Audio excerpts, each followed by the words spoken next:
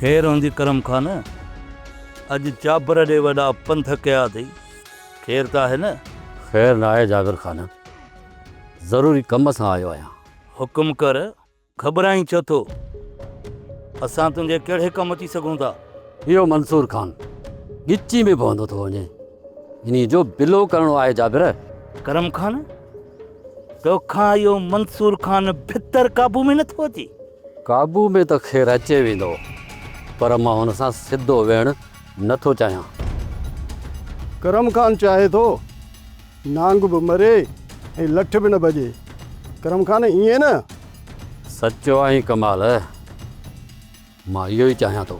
करम खान, मंसूर खान जी अच वञ असांजे तरफ़ घणी आहे, पर जे मंसूर खान खे असां मारे बि विधोसीं न त सॼो इल्ज़ाम तुंहिंजे मथां ईंदो।